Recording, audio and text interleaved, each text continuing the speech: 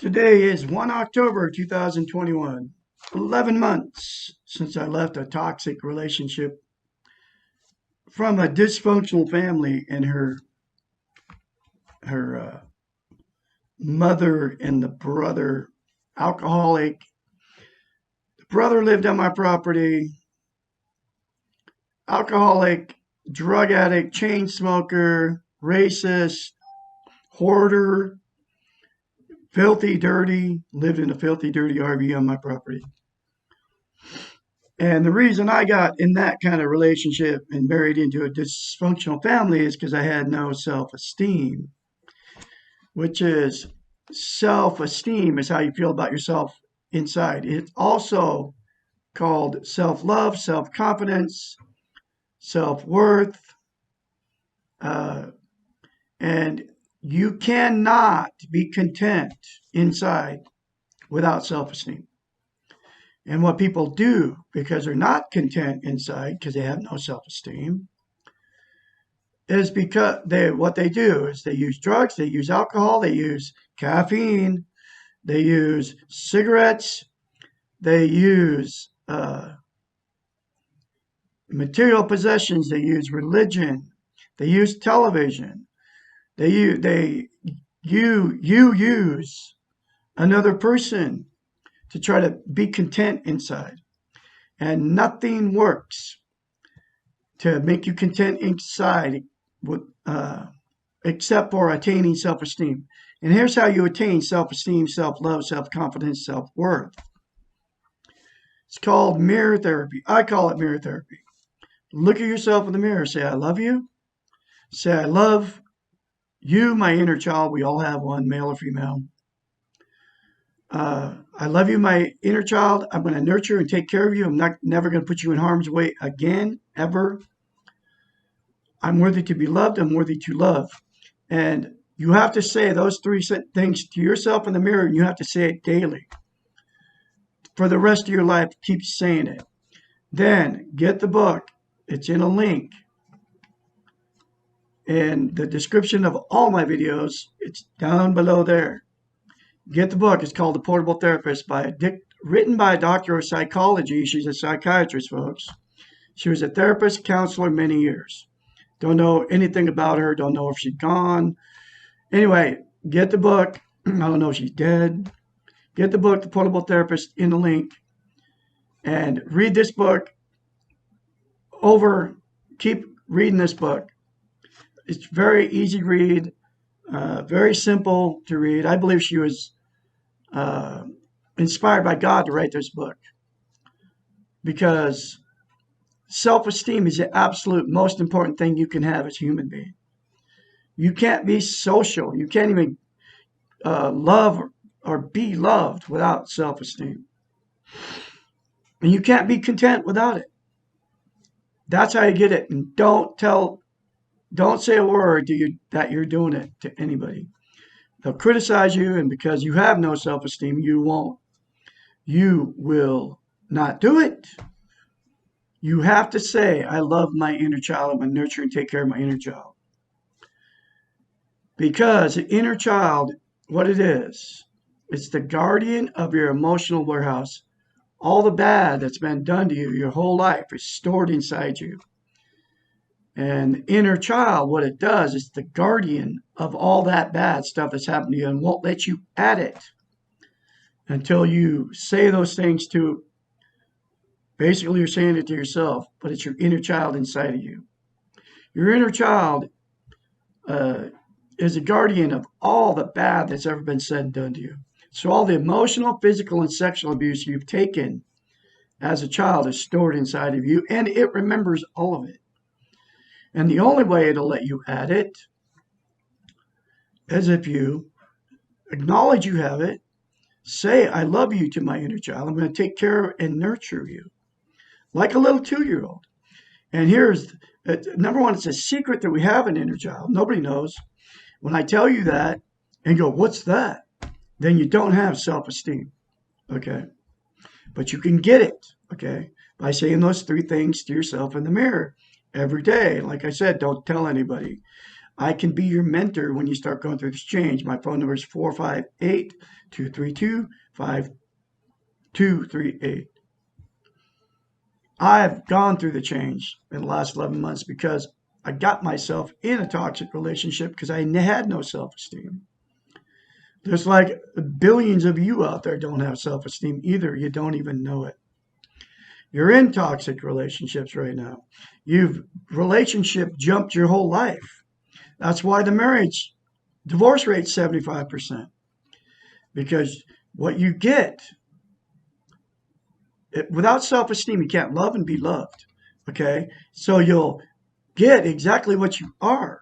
So if you're going to a dating site looking for love, you're going to find somebody just like you that doesn't have any self-esteem. They can't love you and they can't be loved, just like you can't love and be loved. So you won't love each other, you'll need each other. And then that will turn toxic. You'll turn toxic to each other. You've probably been in many relationships, unless you were stuck it out in a terrible relationship. And that happens too, way too much. People are afraid to leave each other. You've witnessed it, your parents, your grandparents. You saw the abuse going on all the years. And then, so you saw that stuff happening, but they stuck it out, even though neither one of them were happy. And you saw it. My father, the reason I didn't have any self-esteem, because I started life off by being sexually molested by my mom, or physically, emotionally, sexually abused by my mother and father. Okay. That's what happened to me. And then I stuffed it all the way up till about 16 February 2021 when I started talking about it on YouTube. That's how I ended up teaching out of the book, The Portable Therapist, how to attain self-esteem. And that's why I been married 4 times. And relationship jumped my whole life. Many relationships. Because I never loved myself, so I always got with somebody that loved myself, didn't love themselves. My first wife was the same way. I married her after 3 days. My second wife was the same way. I married her after a couple weeks. After the first one failed, 16 years we were married in a dysfunctional relationship. My kids now are dysfunctional. 2 of them from that marriage. They're both married to abusive, alcoholic people, just like I just got out of 11 months ago. Because what we do is we jump, you lose a relationship, whether it's a marriage or whether it's boy or girlfriend. You lose it and you jump right back in without ever feeling the pain of the breakup. So you jump back in, the same thing will happen over and over again. 99.9% of the time. Okay? So anyway, I am teaching, the woman I married, my 4th marriage, killed 2 of my cats because I had no self-esteem. Not let her do it because I had no self-esteem. Not no more, because I got woke up on the 1st of November 2020 when she threatened to kill a 3rd cat. His name's Bullseye. I still got him. And literally she was going to kill him just like she killed the other 2. She shot one in the back of the head.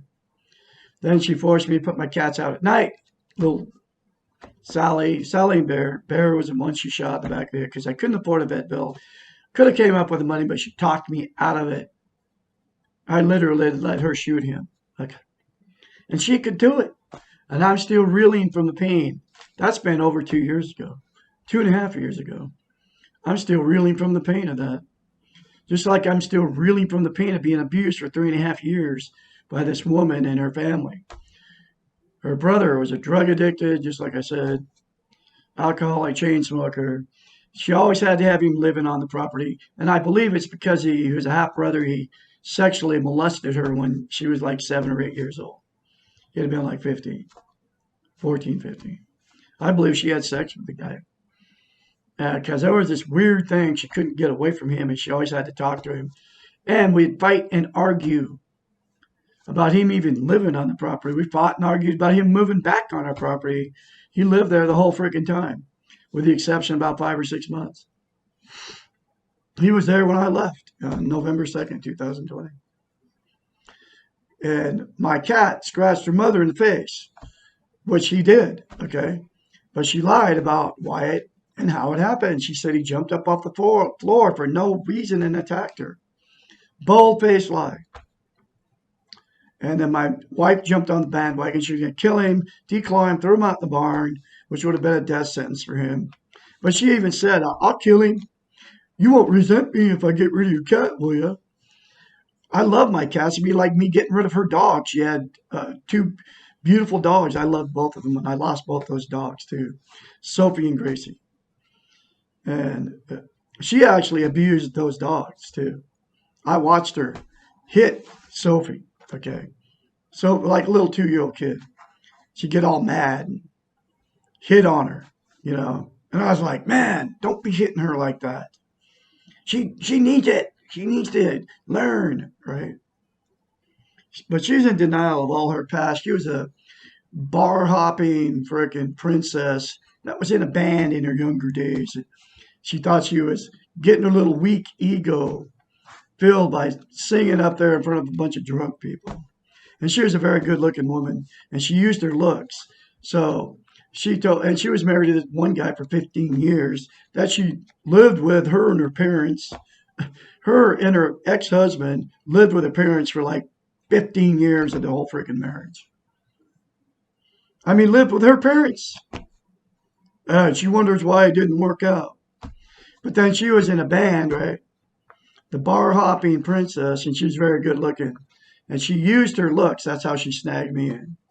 She used her looks to get stuff out of men. Okay, and she was in her husband was all jealous or whatever. She was in this band, but she was probably cheating on the guy.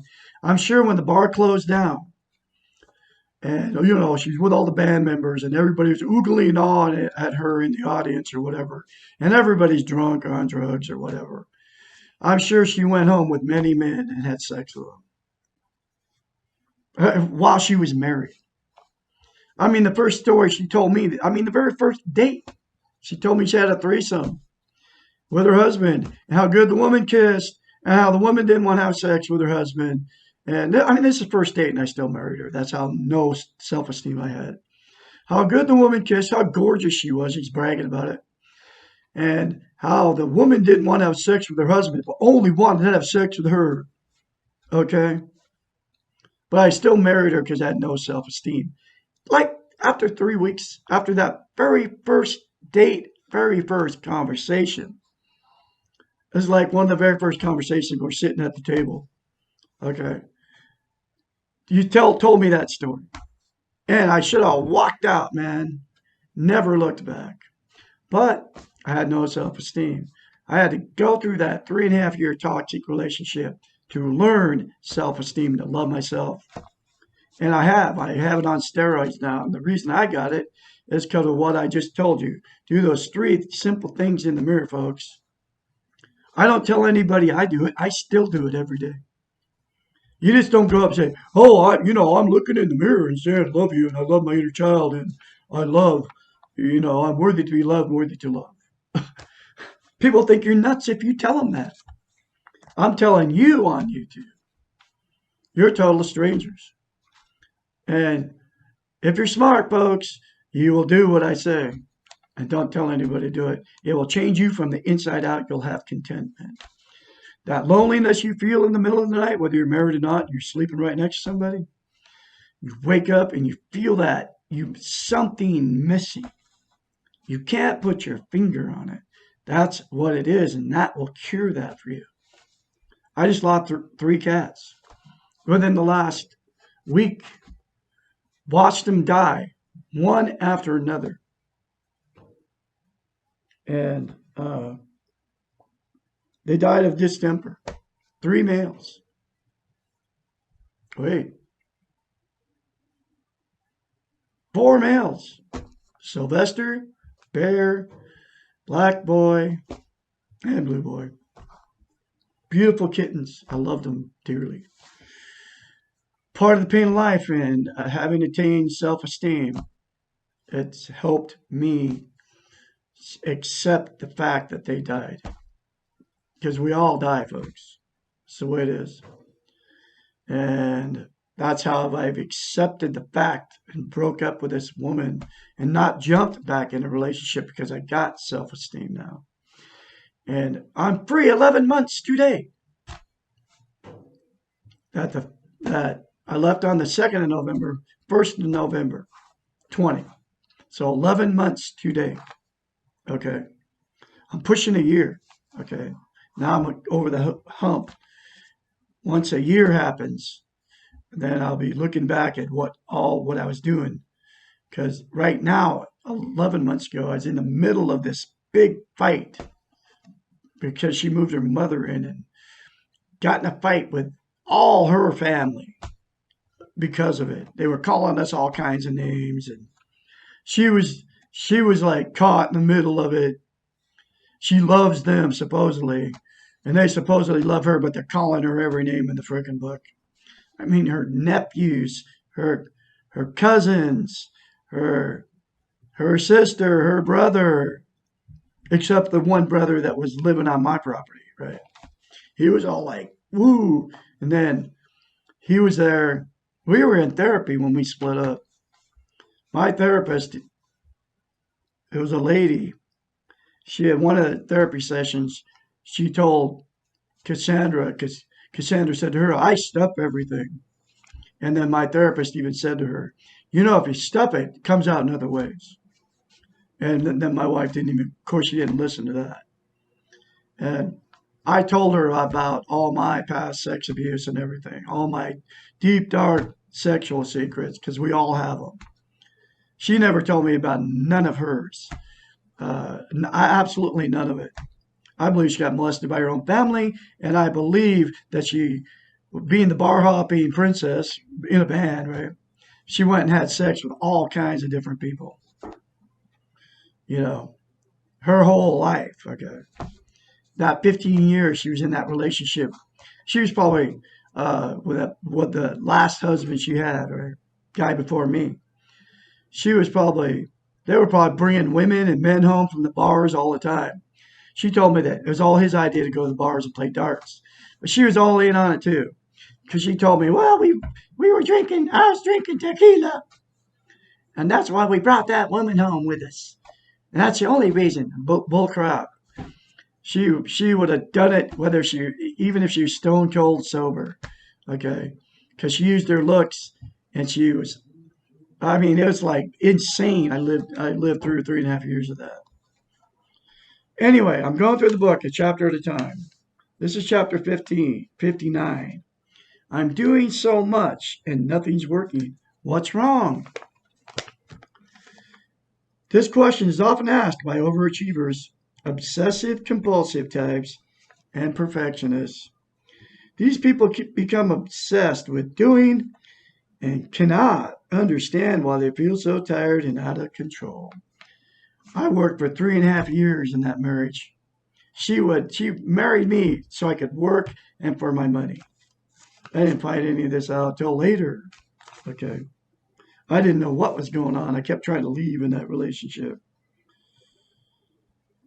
I would tell her, we need to stop and just don't do anything.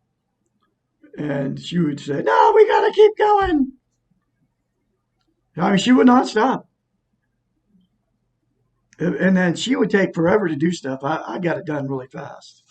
I clean a 2,300 square foot house in like 20 minutes. Vacuum it, mop the floors, straighten out stuff, wash clothes. Always got mad at me because I did everything way faster than her. These people become obsessed with doing and can understand why they feel so tired and so out of control. When we feel this way, we need to ask, who and what are we doing all this for? Excuse me. Most likely, the answer is for others, for external rewards, for the weak ego.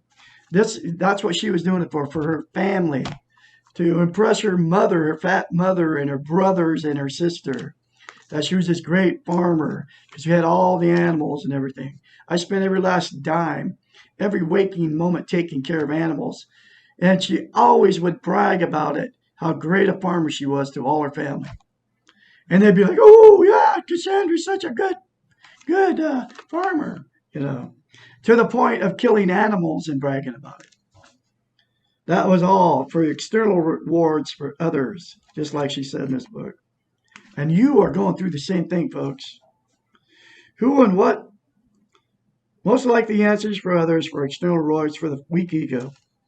Doing is the focus of the Western model. Doing is not being. I have been being ever since I got away from her. There are two completely separate things. Doing is not the same thing as being, and doing it faster does not lead to being.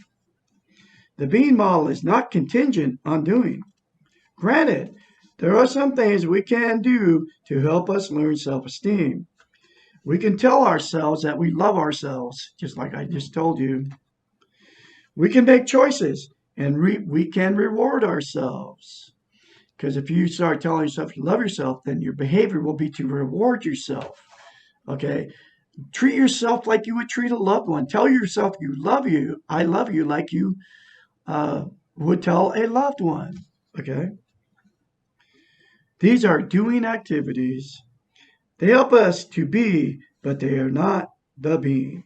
Remember, we do not have to do anything to be okay.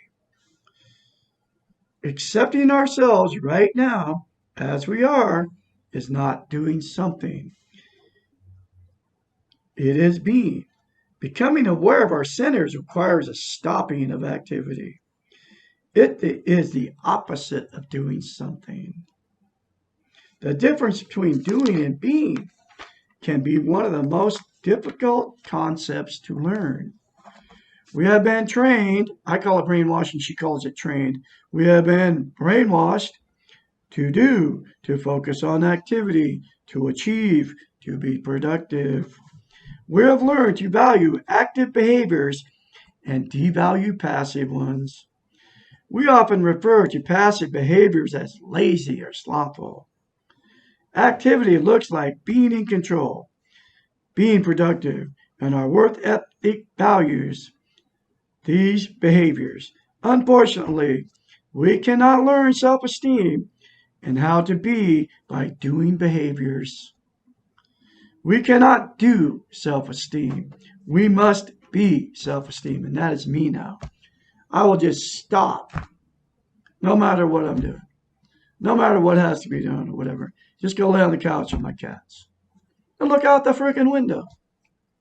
I'll just stop whenever I feel tired and just usually when I get done with doing my videos here, I'll go lay on the couch for a few minutes.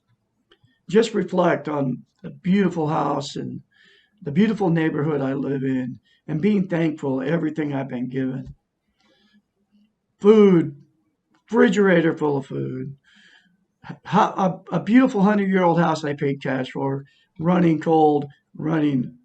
hot and cold water, a washer and dryer, a beautiful bed, all my musical instruments, all my toys I've been blessed with. But I started this when I was living in an RV with nothing. I left everything in that toxic relationship. Even now that I have everything, all my toys, my beautiful house, and all paid for in cash, because I was blessed by getting out of that relationship. And I believe it all happened for a reason, okay? So I could learn self-esteem and learn to be happy and content inside no matter what. Because for 7 months, I lived in an RV, an old RV, but I kept it super clean. I took a shower every morning. I had plenty of food. I had money. I just was thankful, and I learned how to attain self-esteem in that 7-month period living in that RV park. I had one car, one RV. I left everything I owned to get away from her. Literally, man, all my life's collection. But I got it all back on steroids. Plus, the most important thing is I have self-esteem now, self-love. So I am being self-esteem now.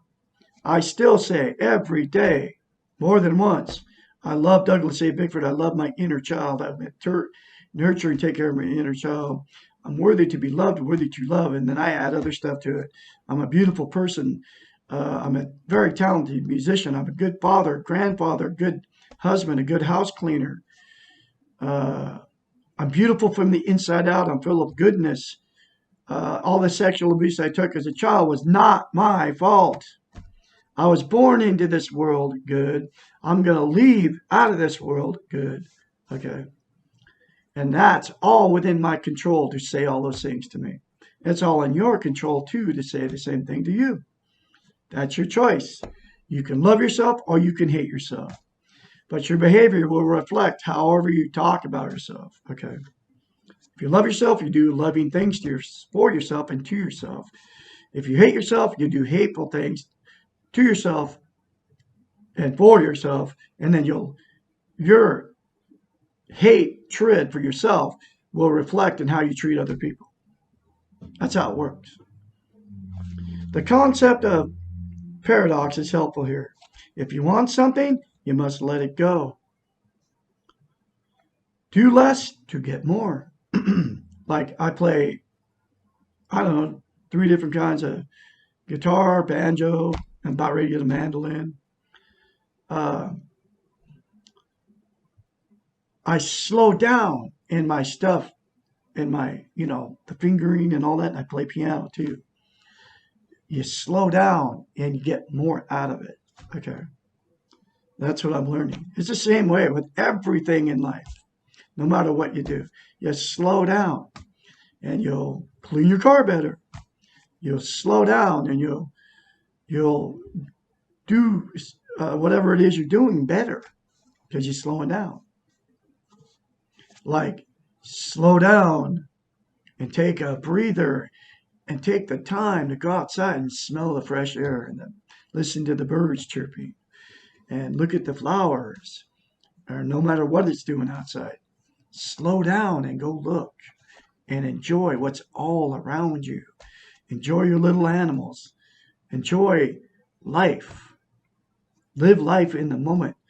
Don't live in the past in guilt and don't live in the future in anxiety. Right now is all we have, folks.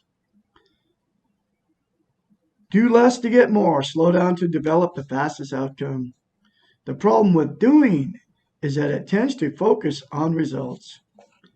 It quickly becomes goal orientated, which is the Western model again. Doing quickly becomes future orientated, and that takes you out of the moment and out of yourself. And I just said all that. The problem with doing is it tends to focus on results, quickly becomes goal orientated, which is the Western model again. That's how they trained us to be. Doing quickly becomes future orientated, and that takes you out of the moment and out of yourself. If you're doing too much, working too hard, always feeling tired, stop. Just stop. Relax. Take 3 deep breaths and slow down. Refocus on yourself. Make yourself your first priority. Sleep more. Meditate. Do relaxation exercises. Sit and be. The world really will not collapse if you take more time for yourself. You may have to reset your priorities. You may have to settle for less money and more balance in your life, and you may have to give up some external rewards. It is your life and your choice. If you are racing through life, too tired to enjoy anything, what are you really giving up? Question mark. Another interesting paradox is that we can achieve more when we are calmer. We feel more in control of ourselves when we are rested, and life is more fun when we live in the moment. Being does not mean that we don't do anything. It does mean that we have to retire to the nearest. It does not mean that we have to retire to the nearest cave or mountaintop. I can think of a religion that does that. Buddhists, right? They go up and sit in the ivory tower of the Dalai Lama, his fortress up there on that mountain wherever it is. I think it's in China or something. And then all those that shaved head, the gurus, all those monks, they call them monks. They shave their, whether they're a man or woman, they always shave their head. They always wear a robe and all that. They sit up there on the mountaintop with all the little Buddhist, uh, statues everywhere. And then people come up there and see them, and you go check it out.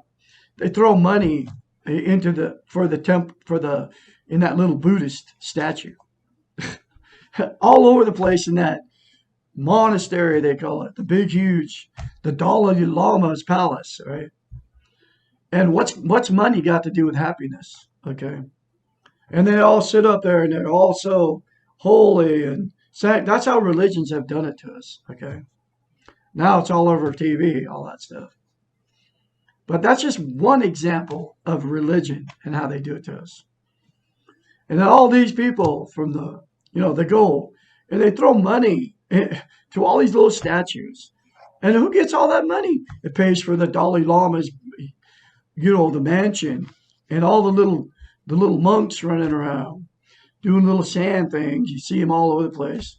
There's all kinds of Buddhist temples in Portland, Oregon. Okay. But I was on an ice cream freaking truck. I would driving in Portland, Oregon. And they always keep the windows of the shades drawn or the curtains drawn, right? Well, one day I went by one of them. They're all orange and yellow and all these different weird colors. They always have the Buddhist temple sitting out. Buddha, the big fat guy sitting out there, whatever he's doing. Big fat guy, right? That big statue's out there. They all worship that statue. But anyway, so the curtains are drawn, I don't know how much. But I literally went up and looked through the window. Here's like an 80-inch television screen inside that place. Now, these people are shaving their heads and supposed to be all holy and all that stuff. But they still got the massive television inside watching the news or whatever they're watching. That's crazy. They probably got the castle, the Dalai Lama's castle, right? Up there. And I think it's in Tibet. You can go look at it. It's amazing. It's like a beautiful, probably worth like $10 billion or something. Anyway, go look at it. But it's amazing. That's how the religions have done it to us. And, the Buddhist, they have the Dalai Lama said all these famous quotes and all this stuff, But we can all have we can all be close to God, if you believe in God, by the 3 things I tell you in the mirror that will awaken, because God lives inside you. Okay, that's what I believe. And he's just waiting for you to acknowledge that he lives in you. And you just got to look inside yourself. Okay. But all the religions, just like the Buddhist religion, have done that to us. And it doesn't matter which one it is, Mormons, Jehovah's Witnesses, Christians, Muslims. They've all done the same thing to us. Everybody's trying to get content inside by going to an external place, which is a church. And, I feel great. I'm going to church, and I go to confessional if you're Catholic, and say all your Hail Marys and tell the priest all your deep, dark sexual sins. And those priests, they can't have sex, That's against their religion. Okay. They have to be celibate. But you can't stop the sex drive, folks. They're masturbating. And that's how the priest ends up molesting little kids, okay? Because he's trying to be holy, right? And trying to do what the Catholic Bible, and wherever they came up with that. The Catholic Bible, probably. Have to be celibate to be a priest. And to be a nun, you have to be celibate. But the sex drive is, if you believe in God, it was put there to procreate, make more of us. You can't stop the sex drive. Okay. That's why that's all so dangerous, right? Because then it comes out, okay, like a man. Even a woman has a sex drive. Anyway, let's continue on here.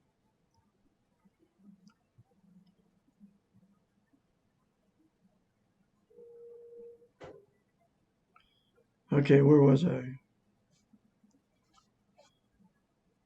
If you're racing through life too tired to enjoy anything, what are you really giving up?